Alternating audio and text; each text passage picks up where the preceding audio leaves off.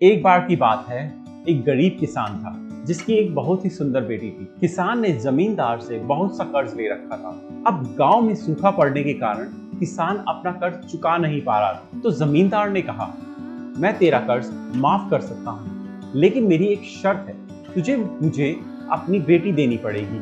जमींदार बहुत ही बड़ी उम्र का था और बहुत कुरूप और दुष्ट भी था, इसीलिए किसान ने अपनी बेटी देने से साफ मना कर दिया। अब जमींदार के गुंडे रोज किसान को धमकाने लगे और उसके घर का सामान तोड़ देते थे या फिर उठा कर ले जाते थे। जब किसान परेशान हो गया तो उसने कहा, चलो पंचायत के पास चलते हैं और पंचायत ही इसका फैसला करेगी। जब वे पंचायत के पास गए तो पंचायत ने इसका फैसला किस्मत पर छोड़ दिया।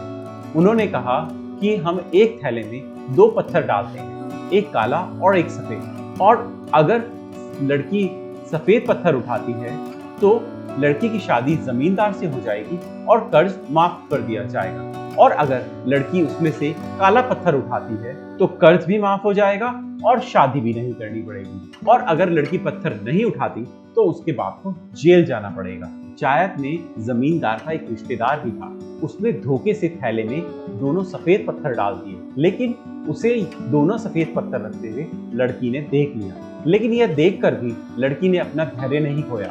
उसके पास अब 2 ही रास्ते थे, या तो पत्थर उठा ले और जमींदार के साथ शादी कर ले, या फिर उसके पिताजी जेल चले जाए। इसी दुविधा में लड़की सोच ही रही थी कि उसे एक युक्ति सूझी। उसने पत्थर निकाला और पत्थर को गिरा दिया, और यह पत्थर बाकी सारे पत्थरों में मिल गया।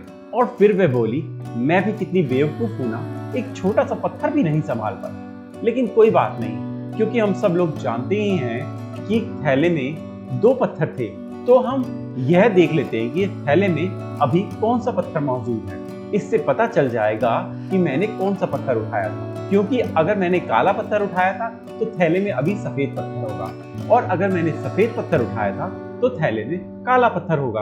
पंचायत को यह बात सही लगी। उन्होंने थैले में देखा तो उन्हें थैले में सफेद पत्थर मिला, जिसका यह मतलब था कि लड़की ने काला पत्थर उठाया था।